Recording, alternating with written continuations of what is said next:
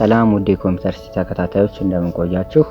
በዛሬ ቪዲዮ ደግሞ ይዤላችሁ የቀረብኩት ጉርድ ፎቶ እንዴት ማዘጋጀት እንችላለን የሚለውን ነው።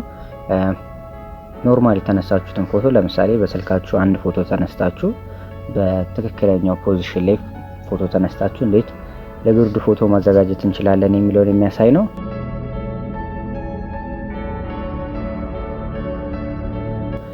ለዛሬ የምንጠቀመው እንግዲህ አሁን አብዛኞቹ በፎቶ ኤዲት ጋር የተያያዙ ቪዲዮዎችን ሰሩት እንዳለ በፎቶሾፕ ነው። ስለዚህ አዶቤ ፎቶሾፕን ከከፈታችሁ በኋላ ፋይላችሁ ያለበትን ሎኬሽን ትከፍታላችሁ ማለት ነው። ፋይል ኦፕን የሚለው ላይ ከገባችሁ በኋላ ፋይላችሁን ትከፍታላችሁ።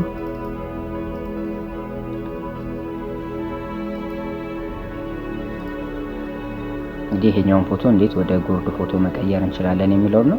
ከዛ መቀጠል ፎቶውን ካስቀመጣችሁ በኋላ ሌላ ደግሞ ክሬት የምታደርጉት ምንድነው 3x4 ሳይዝ የሆነ አንድ ፋይል ትከፍታላችሁ ማለት ነው። ኮንትሮል ኒው ወይንም ደግሞ ኒው የሚለውን ፎልደር ከመረጣችሁ በኋላ እዚህኛው ጋር ፒክሰል የምትለውን ወደ ሴንቲሜትር ትቀይራላችሁ። ከዛ መቀጠል እቺኛዋን ዊድዙን በ3 ታረጋላችሁ፣ ሃይቱን ደግሞ በ4 ሴንቲሜትር ታረጉታላችሁ። ሌላ መቀየር ያለባችሁ ሴቲንግ የለም። ምናልባት ሪዞሉሽን ወደ 72 ከሆነ እናንተ ወደ 300 ትቀይራላችሁ። ከዛ መቀጠል ኦኬ እንላለን። እዚህኛው ጋር እንግዲህ ሳይዙ ልክ እንደዚህ ይቀመጥላችኋል። አሁን ይሄኛው በነጭ ነው ያለው። ከዛ መቀጠል ከዚህኛው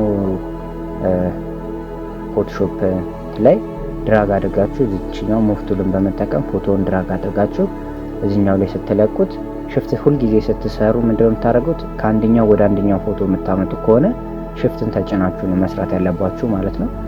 ሪዞሉሽኑን ሳይለቅ በቀጥታ እንዲያስገባላችሁ ነው። ከዛ መቀጠል አሁን ይሄኛው ከ3x4 በላይ ስለሆነ የዚህኛው ሪዞሉሽን ለምሳሌ እስኪ ኢሜጅ ሳይዝ የሚለው ላይ ገብተን ብናየው በሴንቲሜትር 81 ሴንቲሜትር በ140 ሴንቲሜትር ነው፣ በ145 ነው። ስለዚህ እሱን እናስተካክላለን ማለት ነው። ከኪቦርዳችሁ ላይ ኮንትሮል ቲን በመጫን የዚህኛውን እንትን ሳይዙን መፈለግና ማግኘት እንችላለን ማለት ነው። መጀመሪያ ፎቶውን ትመርጣላችሁ፣ የምትሰሩትን ፎቶ ትመርጣላችሁ። ከዛ መቀጠል ኮንትሮል ቲ የሚለውን ትጫኑና ሳይዙን እያስተካከላችሁ ትሄዳላችሁ ማለት ነው። ሳይዝን ስታስተካክሉ ከኪቦርዳችሁ ላይ ሽፍት መያዛችሁን አትርሱ። ምክንያቱም ሽፍት ካልያዛችሁ እያንሻፈፈው ነው የሚሄደው ማለት ነው። ሽፍትን ስትይዙ ግን እንትኑን ሳይለቅ ሳይዙን ሳይለቅ ጎንና እንትኑን ሳይለቅ ሽሪንክ እያደረገው ብቻ ነው የሚመጣው ማለት ነው። ከዛ እንግዲህ ይሄው በምትፈልጉት የፎቶ ሳይዝ ምን ያህል ይግባ የሚለውን አብዛኛውን ጊዜ በቃ እጅ ከግማሽ በላይ ባይገባ ይመከራል፣ ለፎቶ ሳይዙ በደንብ እንዲታይ ማለት ነው። ከዛ መቀጠል ኦርጋናይዝ አድርጋችሁ ከጨረሳችሁ በኋላ የራይት ምልክቷን ትጫናላችሁ። ግን አሁንም ስቲል የፎቶ ሳይዛችን ምንድነው እንደምትመለከቱት ይሄ ትራንስፎርም የሚለው ሲመጣ የሚያደርግላችሁ ምንድነው ሁሉንም ሳይዙ ማለት በፎቶሾፕ ያልታየውንም ሳይዝ ጭምር ነው የሚያሳያችሁ። እቺኛዋን ሽሪንክ እያደረጋችሁ ትመጡ የቀረውንም ሳይዝ ያመጣላችኋል ማለት ነው። እሺ፣ ስለዚህ እዚህኛው ጋር ባክግራውንድ የምትለዋ ላይ ቁልፍ ምልክት አላት። ኮንትሮልን ይሄኛውን ልክ እንደተመረጠ ይሄኛውን እንደመረጣችሁ ከኪቦርዳችሁ ላይ ኮንትሮልን ተጭናችሁ ይሄኛውን ሌየር ትነኩታላችሁ ማለት ነው። ክሊክ ስታደርጉበት በመጀመሪያ እቺኛዋን የቁልፍ ምልክቷን አጥፋ፣ አንዳንድ ጊዜ አክቲቭ አይሆንላችሁ። አልትን ከኪቦርዳችሁ ተጭናችሁ እቺ ቁልፏን ስትጫኑ ቁልፏ ትጠፋላችኋለች ማለት ነው። ፎቶን ከመረጣችሁ በኋላ ኮንትሮልን ከኪቦርዳችሁ ላይ ስትጫኑ ይሄው እንደምትመለከቱት ሰሌክት ያደርግላችኋል ማለት ነው። በፎቶ ሳይዙ ወይንም ደግሞ በክሬት ባደረግነው 3x4 በፈጠርነው ይፈጥርላችኋል ማለት ነው። ሴሌክሽኑን ክሬት ያደርግላችኋል። ከዛ መቀጠል ከኪቦርዳችሁ ላይ ኮንትሮል ጄን ትጫናላችሁ። የታችኛውን ሌየር እናጥፋው። ይሄው እንግዲህ አሁን እንደምትመለከቱት ፎቶ በ3x4 ሆኖልናል ማለት ነው። ኮንትሮል ቲ ብጫንም አሁን ላይ ኮንትሮል ቲን ስጫና ራሱ በ3x4 ሳይዝ ሆኖልናል ማለት ነው። ከዛ መቀጠል እዚህኛው ላይ ፊት ላይ የምታስተካክሏቸው ነገሮች ካሉ እንትኖችን እዚህኛው ላይ ሂሊንግ ብሩሽን በመጠቀም ወይንም ደግሞ ክሎን ቱልን በመጠቀም ማስተካከል ትችላላችሁ። እዚህ ጋር ማስተካከል የምትፈልጓቸው ነገሮች ካሉ እነሱን ታስተካክላላችሁ። በጣም ሳይበዛም ሳይቀንስም ነው ይሄኛውን ማስተካከል ያለባችሁ። በጣም ከበዛ አንዳንድ ጊዜ ኢፌክቱ በደንብ የሚታይበት አለ ማለት ከኤዲትም በላይ መሆኑን የምናይበት አለ። እዚህኛው ጋር ደግሞ ሌላ ሻዶ አለ። ፎቶ ስትነሱ በትክክለኛ ብርሃን የማያገኝ ከሆነ አስተውላችሁት ከሆነ እዚህኛው ጋር ያለው ከለር እና እዚህኛው ጋር የምናገኘው ከለር የተለያየ ከለር ነው ያለው። ስለዚህ እቺኛዋንም እናስተካክላታለን ማለት ነው። ባክግራውንዱን የፎቶውን ባክግራውንድ አጥፍተን እናስተካክል።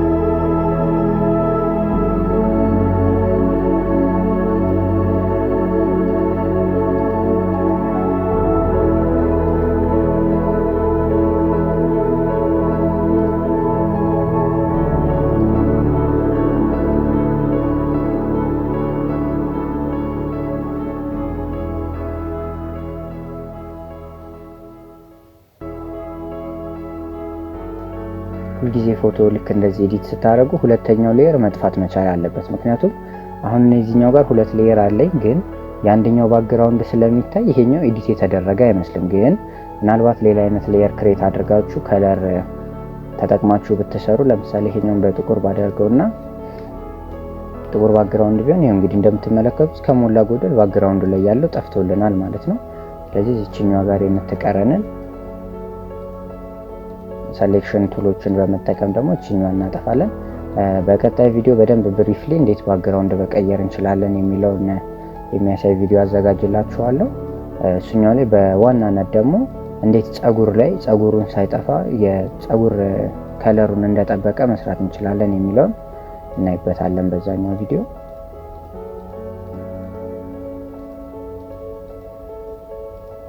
እዚህኛው ጋር የሻዶ ከለር እና ዋናው ባክግራውንድ ከለሩ ተመሳሳይ ስላልነበረ ነው ይሄኛውን የተወው።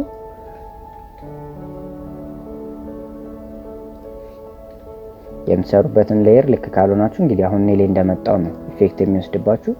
ያው እንግዲህ አሁን እዚህኛው ጋር ያለችው ሻዶዋ ጠፍታለናለች።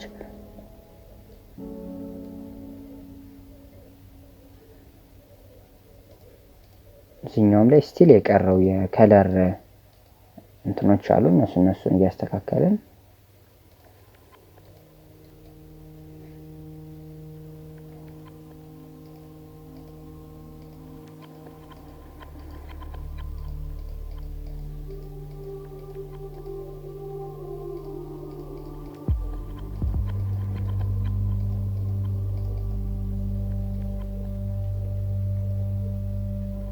አሁን እንግዲህ ከባክግራውንዱ ጋር በነጭ አድርገናል። ከዛ መቀጠል ለፎቶ ኤዲቲንግ ወይንም ደግሞ ክሮፕ ለማድረግ እንዲመቻችሁ በመቀስ ስትቆርጡት ደግሞ እንዳያስቸግራችሁ ምን እናደርጋለን?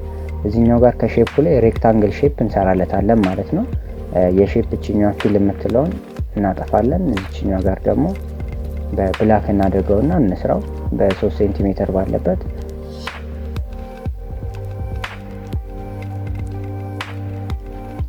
አሁን ይሄኛው እንትኑ በጣም የበዛ ስለሆነ እቺኛን እዚህኛው ጋር መቀነስ እንችላለን ሳይዙን። አሁን ኦልሞስት በቂ ነው በሚለው ማለት ነው። እቺኛዋ ባላንስ የሬክታንግሉ ባላንስ ከፎቶ እኩል መሆኑን በደንብ ዙም አድርጋችሁ ማረጋገጥ አለባችሁ።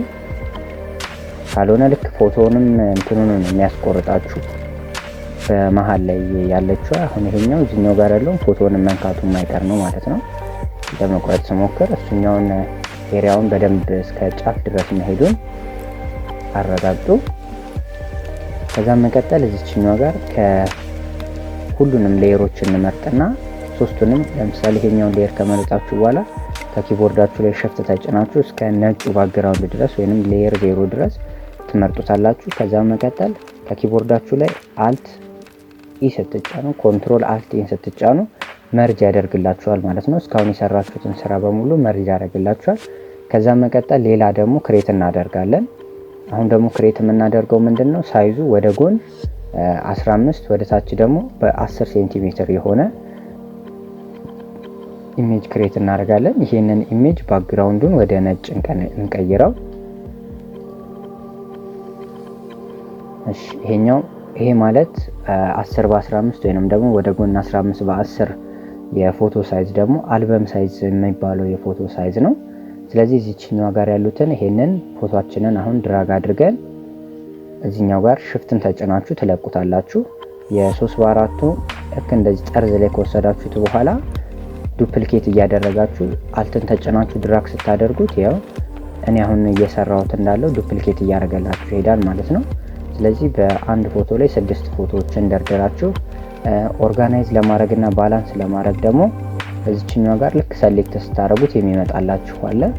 ያው አሁን ይሄኛው ባላንስ ሆነላችሁ ማለት ነው። የእንትኑን ባላንስ ሙሉ ከሆነ የተመረጠው እዚህኛው ጋር እንደምታዩት አሁን ወደ ታች ሳደርገው ታች ድረስ ሁሉም ሌቭል ይሆናሉ ማለት ነው። ይሄኛውንም ካስተካከልኩ በኋላ የላይኛውን ስጫ ነው ሁሉም ባላንስ ይሆንልናል ማለት ነው።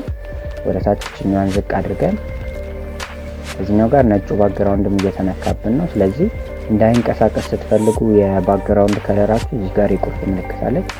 እሷን መርጣችሁ ባለበት ማቆየት ትችላላችሁ። ከዛ ሰርታችሁ ስትጨርሱ ፋይል ሴቭ የሚለው ላይ ገብታችሁ የሴቭ የምታደርጉበትን የፋይል ታይፕ ምን ማድረግ አለባችሁ? ሁልጊዜም ስትመርጡ ጄፒጂ የምትለውን ፋይል ፎርማት ትመርጣላችሁ። ከዛም መቀጠል ሴቭ ማድረግ የምትፈልጉበትን ሎኬሽን ከጻፋችሁ በኋላ የምትፈልጉትን ስም ሰጣችሁ ሴቭ የሚለውን ምርጫ ትመርጣላችሁ። ከዛም መቀጠል ኦኬ። እሺ አሁን ያውና 3 በ4 የተዘጋጀው ፎቶ እዚህኛው ጋር እንደደረደርኩት ተቀምጦልኛል ማለት ነው።